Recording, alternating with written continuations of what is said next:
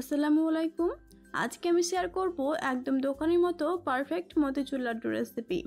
বাসায় মতিচুর লাড্ডু বানালে অনেক খাটনি আর সেই সাথে অনেক খরচ হয়ে যাবে।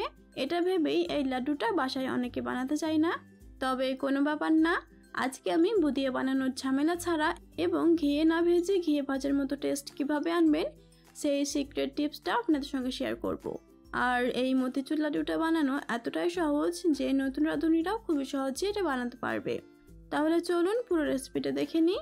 এখানে একটা বোলের মধ্যে 1 কাপ বেসন নিয়েছি আর এটা হচ্ছে বুটের ডালের বেসন। এর মধ্যে দিয়ে দিলাম 1 চিমটি লবণ। এবার পানি দিয়ে খুব ভালো করে মিশিয়ে পাতলা একটি ব্যাটার বানিয়ে নিব। আর এখানে আমি নর্মাল ঠান্ডা পানি ব্যবহার করেছি। সবটুকু পানি একেবারে দিব না, অল্প অল্প করে পানি দিয়ে স্মুথ একটি ব্যাটার বানিয়ে নিতে হবে। তো দেখতেই পাচ্ছেন ব্যাটারের ঘনত্বটা ঠিক এরকম হতে হবে। এখানে আমি আগে থেকেই প্যানের মধ্যে 2 চামচ তেল গরম করে নিয়েছি।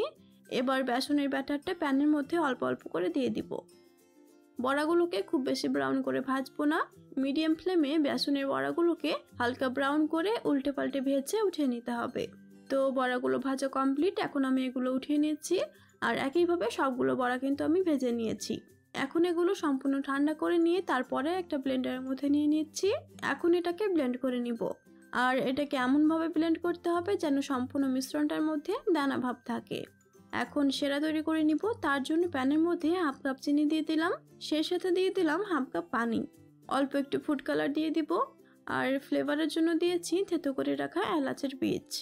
সবকিছু খুব সুন্দর মতো মিশিয়ে এটাকে 3 মিনিট মতো ফুটিয়ে নিয়েছি। চিনি আর পানি সম পরিমাণ ব্যবহার করায় মিশ্রণটা খুবই দ্রুত চিপচিপে হয়ে যাবে। তো সেরাটাকে আমি হাত দিয়ে চেক করে নিলাম, হালকা চিপচিপা হয়ে গিয়েছে। এখন ব্লেন্ড করে রাখা বেসনের মিশ্রণটা দিয়ে দিব। চুলার আঁচ মিডিয়ামে রেখে শিরার সঙ্গে বেসনের মিশ্রণটা খুব ভালো করে মিশিয়ে নিতে হবে। একটু পরেই দেখা যাবে মিশ্রণটা সম্পূর্ণ শিরাটাকে শুষে নিয়েছে। আর এখন চুলার আঁচ লোতে রেখে এর মধ্যে দিয়ে দেব ঘি। এখানে আমি 1 চামচ ঘি ব্যবহার করেছি, তবে আপনি চাইলে এর বেশিও ঘি ব্যবহার করতে পারেন। তবে অবশ্যই ঘি দেওয়ার চেষ্টা করবেন, এতে করে লাড্ডুর টেস্ট ভীষণ ভালো হয়। কয়েকটা পেস্তা বাদাম কুচি দিয়ে দিলাম আর সেই সাথে দিয়ে দিলাম একটুখানি তরমুজের বীজ।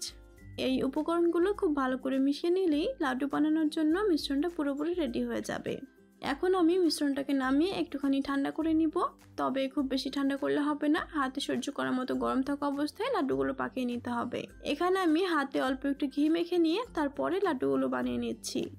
আর এখানে 1 কাপ বেসন দিয়ে বেশ অনেকগুলো লাড্ডু তৈরি হয়ে গিয়েছে। এই লাড্ডুগুলো যদি আপনি কাউকে খাওয়ান তাহলে সে ভাববে এটা হয়তো আপনি বাজার থেকে কিনে এনেছেন। কেউ ভাবতেও পারবে না যে এত টেস্টি লাড্ডু আপনি নিজে হাতে বানিয়েছেন। রেসিপি তো দেখেই নিলেন, ঝটপট রান্নাঘরে গিয়ে লাড্ডুটা বানিয়ে খান আর কমেন্ট করে জানান কেমন হয়েছে।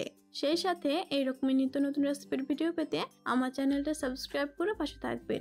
আজকে এই পর্যন্তই, আল্লাহ হাফেজ।